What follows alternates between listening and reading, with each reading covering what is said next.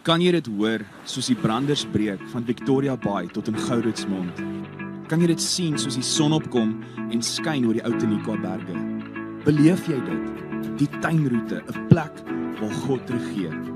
Mense wat 'n verskil maak met geloof, liefde en hoop. 'n Streek wat God ken, mense liefhet en hulle wêreld vernuwe.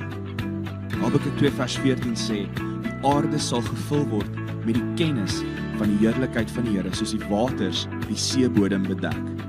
Welkom by Doxodeo Tuinroete.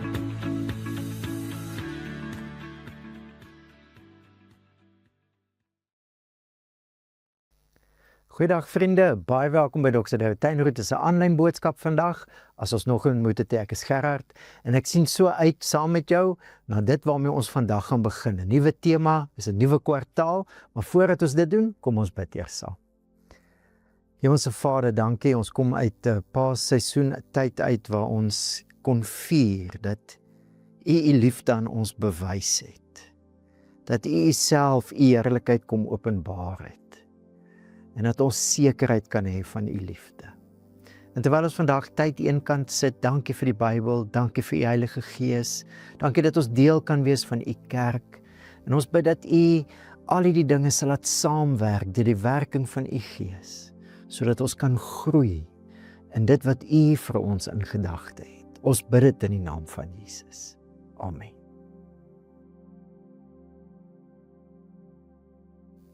So ons begin vandag met 'n nuwe preekreeks en eintlik is dit soos 'n tema vir ons hele kwartaal, wanneer liefde werk. Dis lekker as dinge werk, nee. Dis baie lekker as dinge goed werk. Maar die grootste lekkerte is wanneer ek en jy aan iets gewerk het en dan werk dit.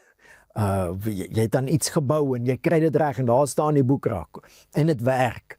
Of die karretjie kan ry, of die vliegtuig kan vlieg, of wat ook al. Daar was 'n probleem en jy en jou kollegas of jy en jou gesin het saam gewerk aan 'n oplossing en dan implementeer julle daai oplossing en dit werk, dinge raak beter. 'n Sportspan wat 'n sekere strategie identifiseer en dan oefen hulle daai nuwe gameplan in en dan kom hulle in die wedstryd en hulle implementeer dit en dit werk. Wanneer ons gewerk het aan iets en dan werk dit. Dit bring 'n satisfaksie en 'n vervulling. Wanneer liefde werk, ons kom nou uit 'n Paasseisoentyd uit, waar ons die liefde van God, wat ons in Christus leer ken, Christus wat sy lewe vir ons gee, waar ons sy liefde gevier het. En dit het gewerk. Ek bedoel, die liefde van God het gewerk. Hier is ons, 2000 jaar later. Ons was nie ooggetuies nie, en tog het sy liefde ons harte en ons lewens aangegryp. Ons glo in Jesus. Sy liefde het gewerk. Dit werk al vir 2000 jaar lank.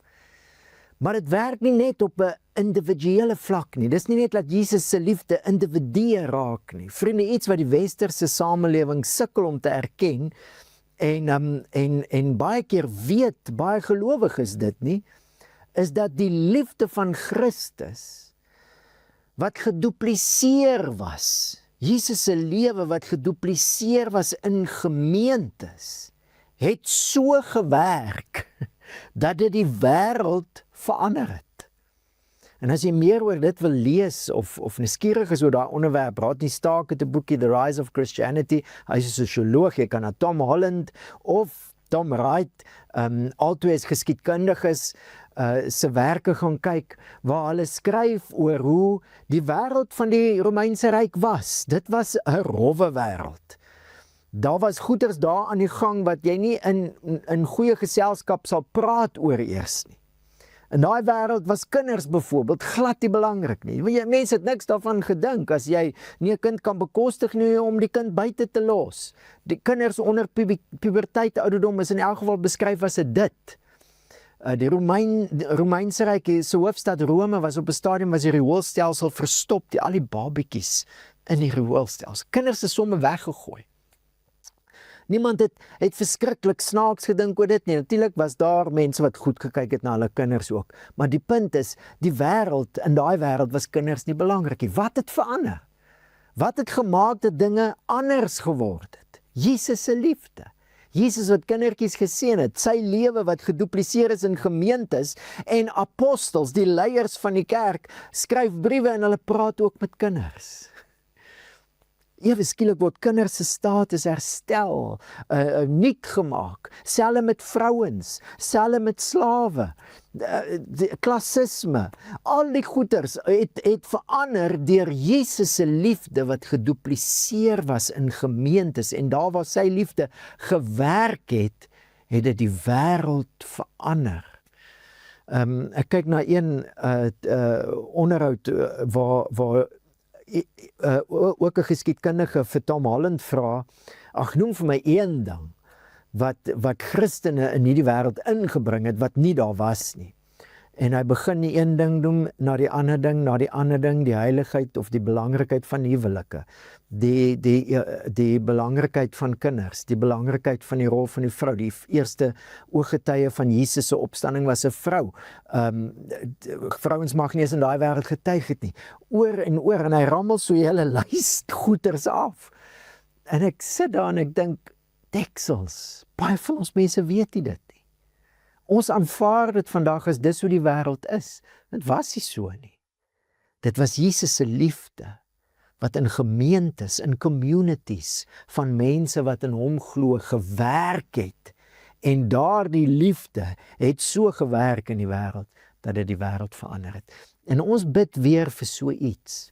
Ons bid weer dat ons iets van dit sal ontdek, hoe die liefde van Christus in ons as 'n gemeente groei en werk, soveel so, dat dit die wêreld om ons vernuwe.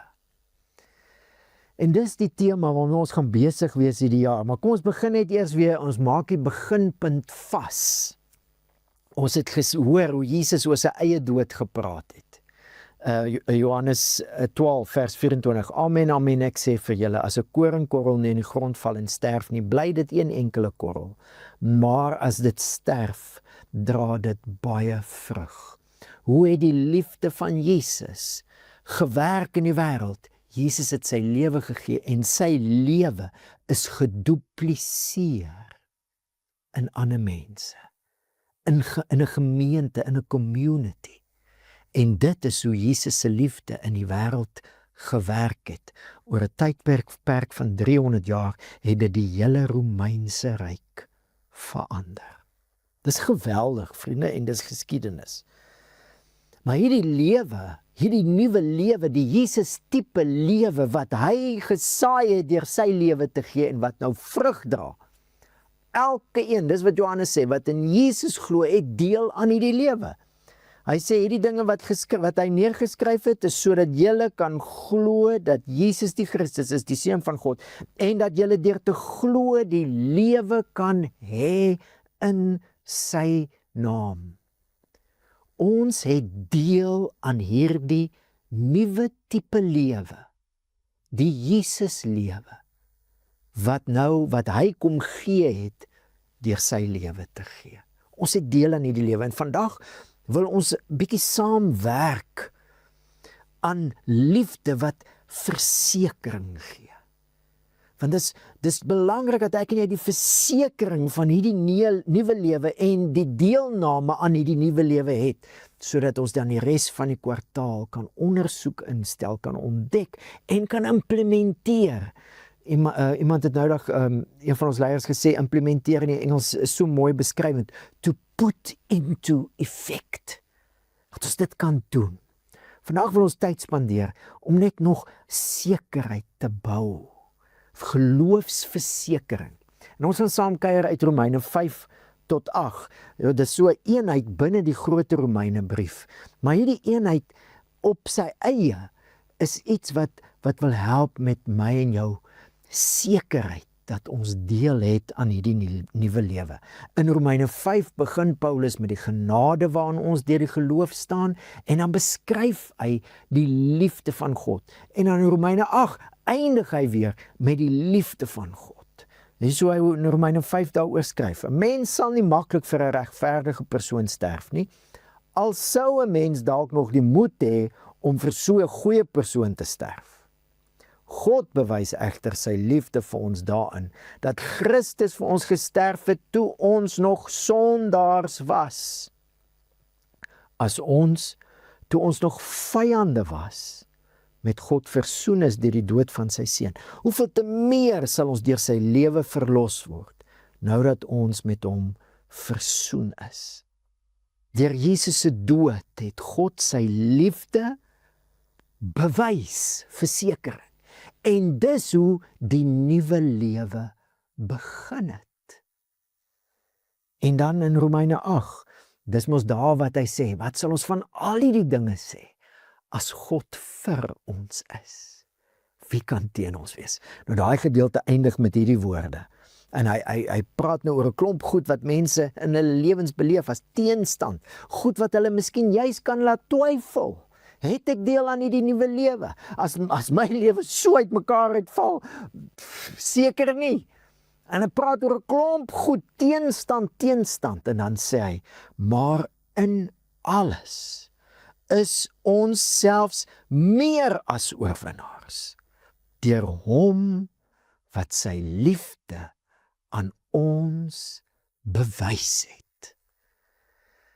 Vriende, ons kyk nie na ons omstandighede om versekering te hê dat ons deel het aan hierdie nuwe lewe nie. Ons kyk nie na ons emosies nie. Ons kyk na die liefde van God, wat hy bewys het, deurdat Christus sy lewe vir ons gegee het, toe ons nog vyande was. Kan ons net gou dit weer sê? Dink dit is belangrik. Dit maak geen sin as die idee so was. God het ons so lief en hy bewys sy liefde deur iemand anders te stuur nie. Nee, God self het ons so lief dat God self mens geword het en sy lewe vir ons gegee het toe ons sondaars was, toe ons sy vyande was. En hierdie liefde van God is ons versekering dat ons deel het aan hierdie lewe. Dis ons versekering. Ongelukkig vriende, dit lyk vir my dis deel van hoe ons groter word. As ek nou praat van groter volwassene word, nie in 'n goeie manier bedoel ek nou nie. Wat ek probeer sê is baie keer as 'n mens groot word, raak jy gewoond aan dinge. Kind is mos anders. Kind kan jy oor en oor dieselfde ding doen. Wat wil jy doen? Wat se storie wil jy hoor? Weer daai en wat wil jy doen? Doen dit weer, doen dit weer. Dis asof 'n kind iets in hom ingebou of haar ingebou het wat dinge nuut laat bly. Alles is dieselfde ding oor en oor. Ek en jy kan maklik gewoond raak aan die boodskap dat God ons so lief het, dat terwyl ons sy vyande was, het hy sy lewe vir ons gegee. En ek glo dis deel van wat die Heilige Gees ons mee wil help, dat daai boodskap vir my en jou nuut sal bly. Paulus skryf dit vroeër in hoofstuk 5, hy sê die hoop beskaam nie, want God se liefde is in ons harte uitgestort, deur die Heilige Gees wat aan ons gegee is. Ek glo een van die werkinge van die Heilige Gees, liefde wat werk, né? Want die Heilige Gees is aan ons gegee. Hy's 'n geskenk. Dis nie jy het hom verdien nie, dis nie jy het hom gekry, gevind, gesoek en gevind nie. Nee, hy's 'n geskenk. God het sy Gees aan ons gegee, en die Gees, een van die werkinge van hierdie geskenk van God, is dat hy God se liefde vir ons wil nuut hou. Want dis die liefde van God vir jou, wat vir jou elke dag die versekering wil gee. Ek het deel aan hierdie lewe. Die liefde van God. En in hierdie kwartaal gaan ons bietjie oor dit gesels. Die werking van die Heilige Gees en hoe die werking van die Heilige Gees my help om elke dag met hierdie versekering te leef. Ek het deel aan die lewe van God, hierdie nuwe lewe, hierdie nuwe tipe lewe, die Jesus lewe. Ek het deel, en die liefde van God is die basis waarop ek daai sekerheid bou. Nie my pogings nie, die liefde van God, Christus se poging, dit wat hy vir my kom doen het, terwyl ek 'n sondaar was, terwyl ek sy vyand was. Daai liefde wat aan my bewys is. Maar vriende, hier is iets interessant. As Paulus sê die Gees, deur die Heilige Gees is God se liefde in ons harte uitgestort. Dan aan die een kant is dit om ons versekering te gee van God se liefde vir ons. Maar terselfdertyd is dit dan die nuwe lewe wat in ons werk. Die liefde van God. Die DNA van hierdie lewe wat in ons werk en wat nou deur ons werk is die liefde van God wat ons in Christus leer ken. Het jou ook opgeval die einde van daai een versie, vers 10. Toe ons nog vyande was, is ons met God versoen deur die dood van sy seun. Hoeveel te meer sal ons deur sy lewe verlos word nou dat ons met hom versoen is? Toe ons God se vyande was, het hy onsself met hom versoen, maar nou is dit deur die dood van sy seun. Maar nou is dit ook die lewe van Christus wat ons red, wat ons verlos. Hoe kan Jesus se lewe my red? Want dis die koringkorrel wat gesterf het, wat vrug dra, en deur die Heilige Gees is die lewe van Jesus nou in ons aan die werk. Wanneer liefde werk, deur die Heilige Gees wat aan ons geskenk is, in ons werk hierdie lewe van Christus. En een van die maniere wat Paulus oor die werking van die Heilige Gees skryf, ook om ons te help met sekerheid, geloofsversekering, is 'n beeld wat hy gebruik. Hy gebruik dit in baie van sy briewe. Die beeld van eersteling, of soos in Engels bietjie meer beskrywend is, first fruits.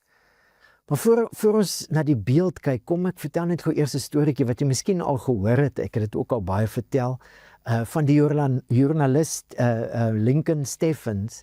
Hy het so in die vroeë 1900 geleef, en hy was taamlik moeg vir kapitalisme en die effek wat dit op Amerika het en op die wêreld het.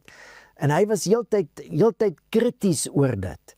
En op 'n stadium is hy saam met 'n span mense oor na die Sowjetunie toe.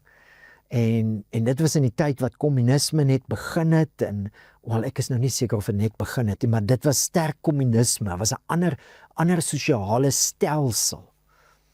En toe hy terugkom in Amerika na sy belewenis in die Sowjetunie, toe sê hy hierdie bekende woorde, I have been over into the future, and it works.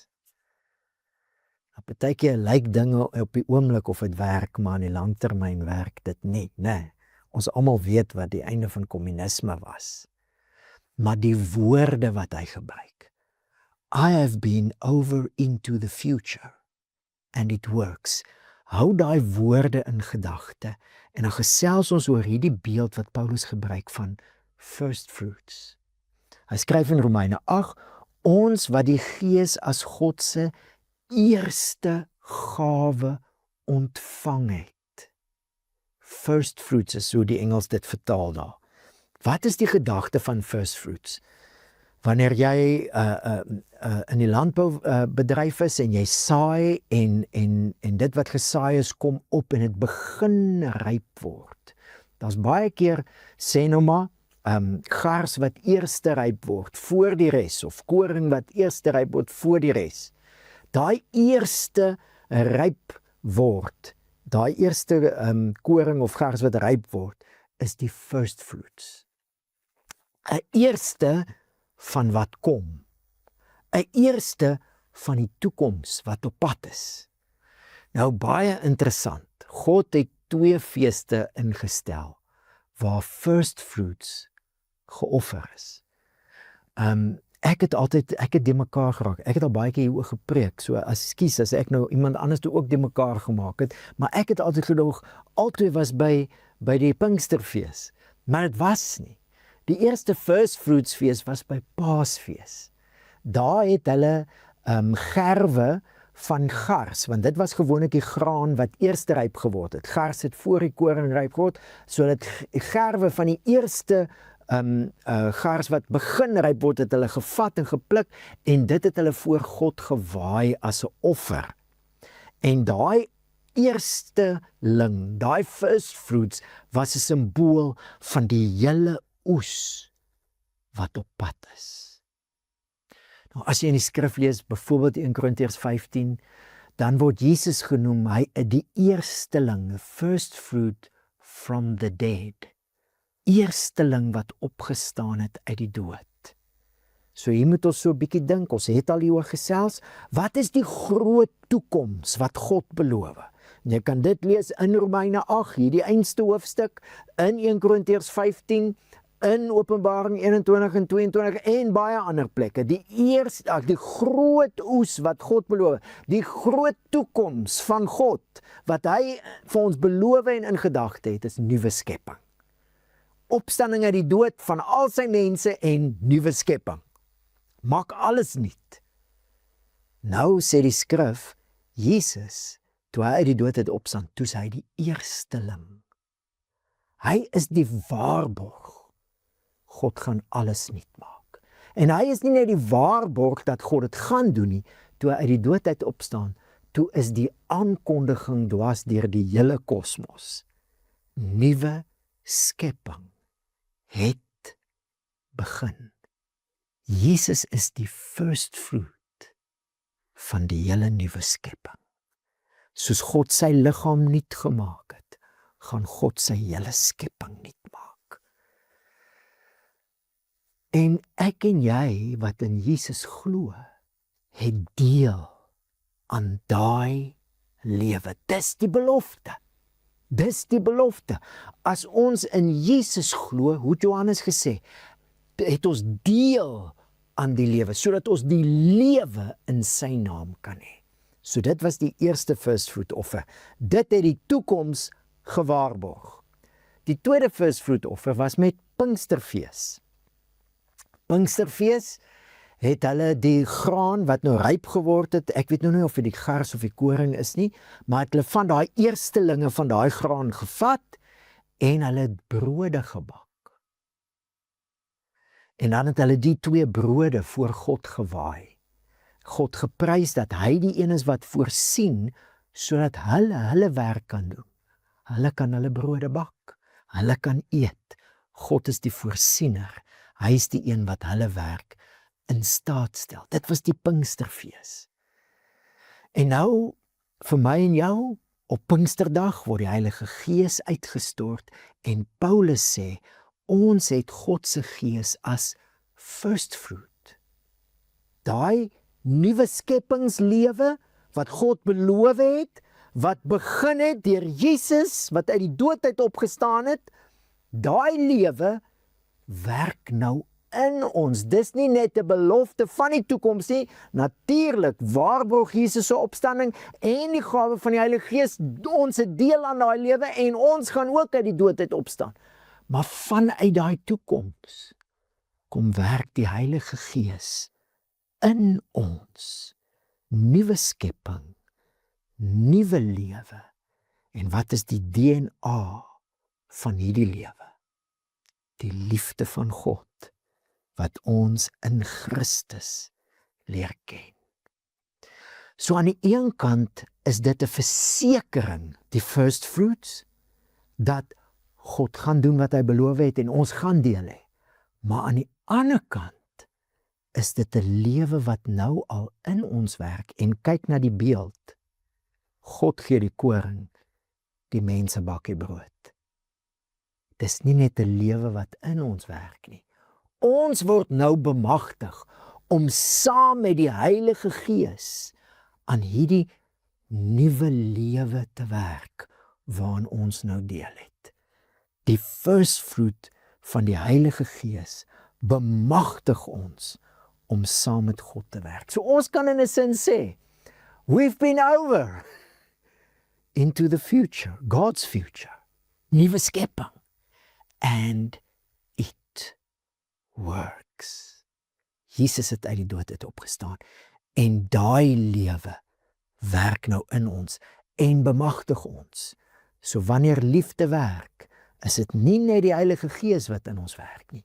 Dis ons wat saam met die Heilige Gees werk, en ons het al hieroor ook gesels. Nou, onthou jy 2 Korintiërs 13 vers 13, die koinonia van die Heilige Gees, mag die genade van die Here Jesus Christus, die liefde van God. Hoe het ons God as liefde leer ken? Sou nie moontlik gewees het as God nie mens geword het, die genade van ons Here Jesus Christus. Maar hoe werk daai liefde nou in ons lewens? Mag die genade van die Here Jesus Christus, die liefde van God en die gemeenskap van die Heilige Gees. Gemeenskap is die woordjie koinonia, jy onthou dit, en koinonia is partnership. Daar's 'n shared, daar's 'n gedeelde vennootskap tussen ons en die Heilige Gees.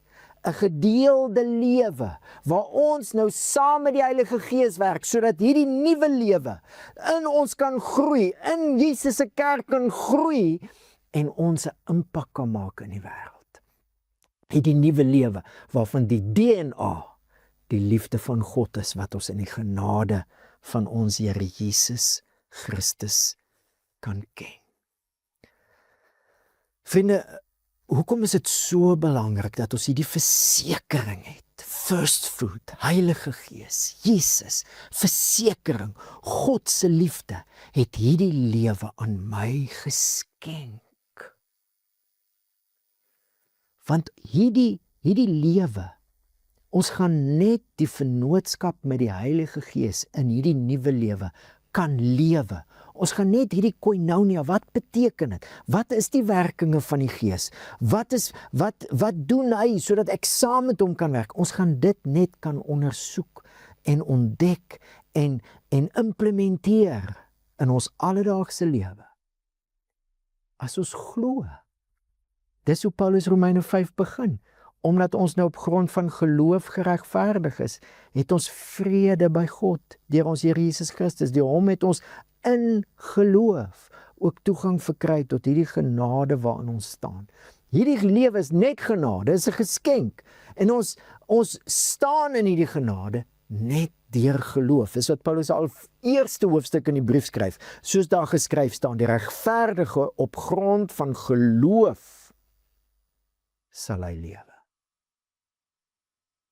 Hoe gaan ek en jy hierdie lewe, hierdie koinonia, hierdie vennootskap met die Heilige Gees, wat nou die liefde van God in ons as 'n gemeente laat groei, hoe gaan ons dit lewe? Hoe gaan ons dit leer ken, hierdie vennootskap?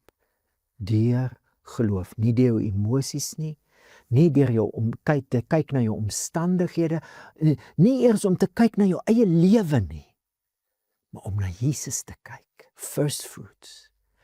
En om dan te weet dat Jesus het dit moontlik gemaak, hoe daai oom gesê, die bloed van Jesus maak ons skoon genoeg, dat die Heilige Gees in ons kan woon. En hier's nog iets, wat Paulus dwars die Romeine 5 tot 8 doen. Die Heilige Gees wat in ons woon, hy vertel ons storie van Romeine 5 tot 8 in terme van Israel se storie. Hoor hom net gou vinnig. Israel was slawe, ons was almal slawe. In Adam, toe hy sonde doen, toe word ons sondaars, die dood heers. Israel is verlos deur die bloed van 'n lam. Hoe het ons nou uit daai slawerny uitgekom? Paulus skryf dit in Romeine 5. Hy sê, soos deur die oortreding van een mens veroordeling oor alle mense gekom het, so het daar ook deur die een mens se gehoorsame optrede vir alle mense regverdiging tot die lewe gekom. So net soos Israel verlos is deur die bloed van 'n lammetjie, is ons deur Jesus se gehoorsaamheid nie meer sondaars in Adam nie, ons is nou geregverdig tot die lewe. Ons is God se kinders, deur wat Jesus kom doen het, en daai nuwe status maak dat ons deel het aan die lewe van Christus. So Israel verlos, ons verlos, Romeine 5. Israel is toe ons deur die Rooi See, Romeine 6, Paulus praat oor doop. Die Message sê dit so mooi. That is what happened in baptism. When we went under the water, we left the old country of sin behind. When we came up out of the water, we entered into the new country of grace, a new life in a new land. Israel, daar deur die Rooi See is die vyand se greep finaal gebreek. Ons gaan deur die doop. En dit is hoe ons vereenselwig met hierdie nuwe lewe in Christus, new country, waar genade regeer. Romeine 7 vertel dan oor die wet, en Paulus sê hy praat met mense wat die wet ken, so hy praat met die Jode wat daar in Rome gebly het. Maar wat ons baie keer mis met Israel se storie, toe hulle nou by die berg kom en die wet ontvang, al daai dinge het om een kernpunt gedraai. God sê vir Moses om vir die volk te sê, Exodus 25, hulle moet vir my 'n heiligdom oprig, dat ek tussen hulle kan woon. En dan in Exodus 40, toe het die wolk die tent van samekoms oordek, en die heerlikheid van die Here het die tabernakel vervul. Dis wat met Israel by die berg gebeur het. Wat gebeur met ons? Kry ons 'n wet? Ons kry die wet van die Gees. En ons nou baie oor gesels uit Korintiërs uit. Ons is nou die tempel, die tabernakel van God.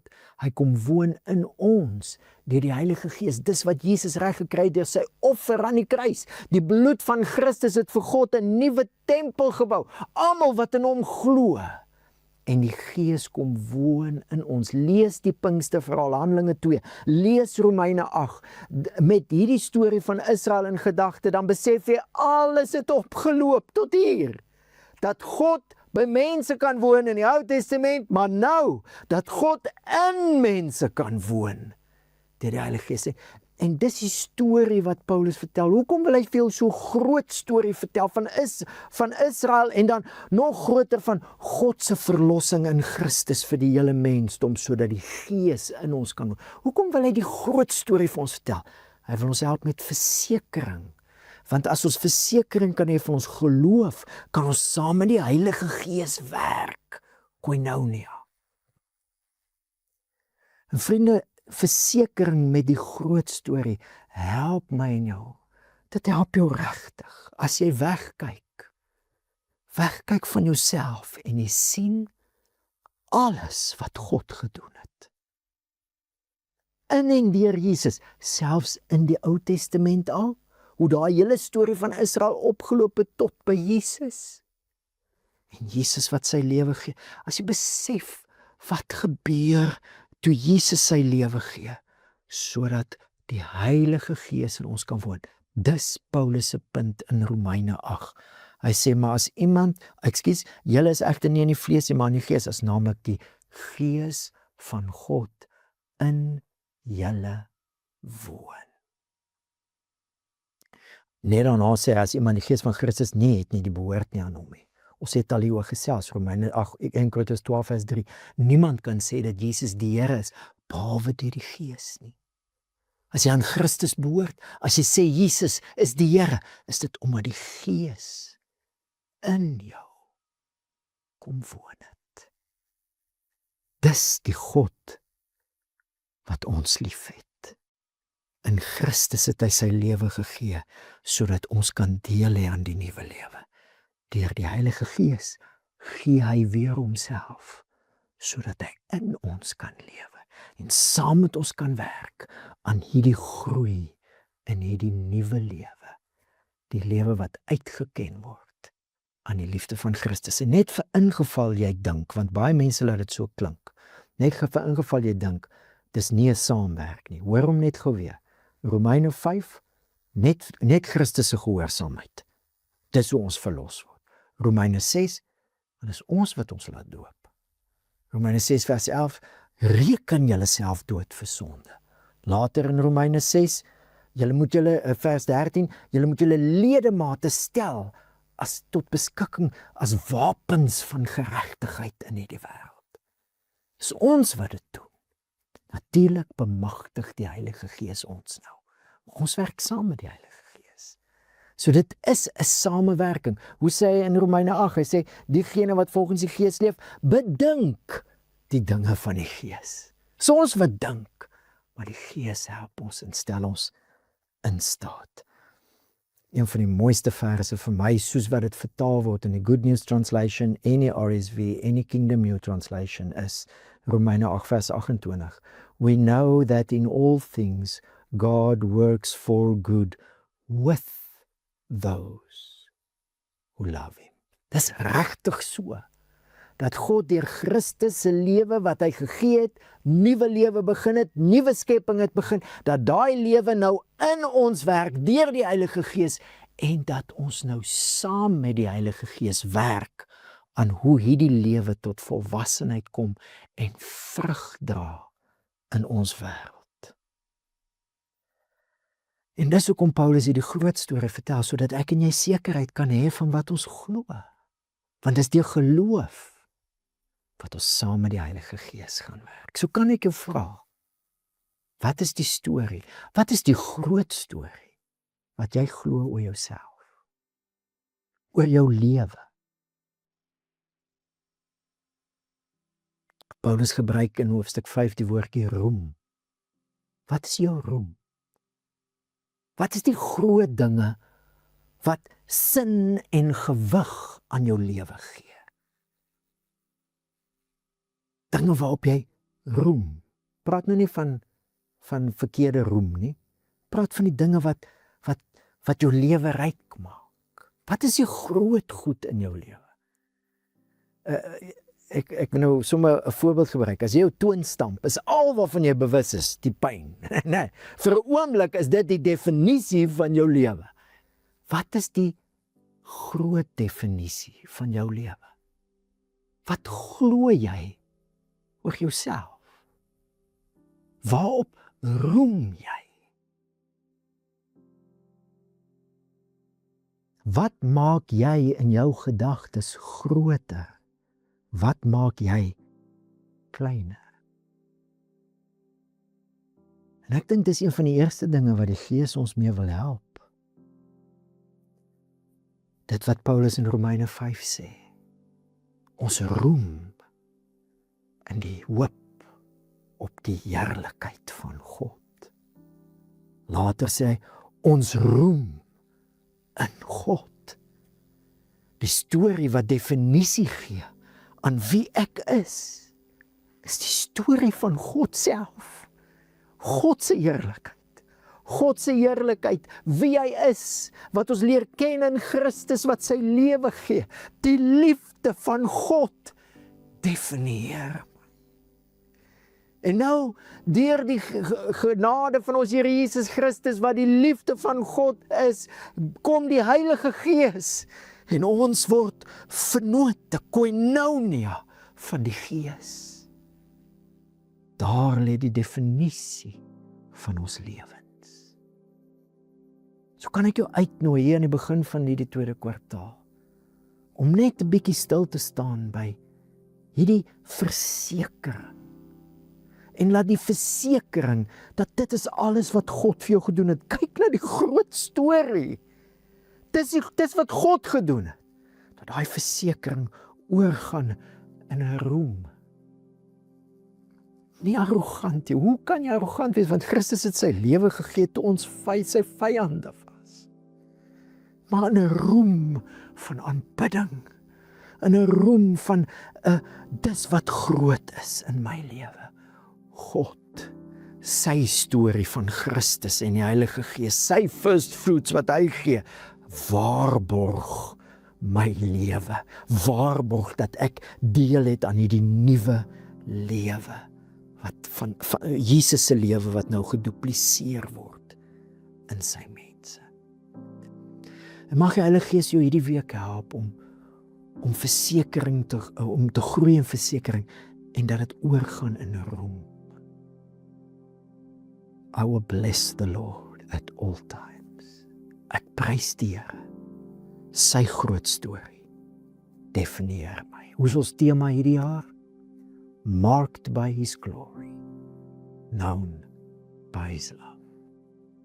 So kom ons ontvang die seën van die Here.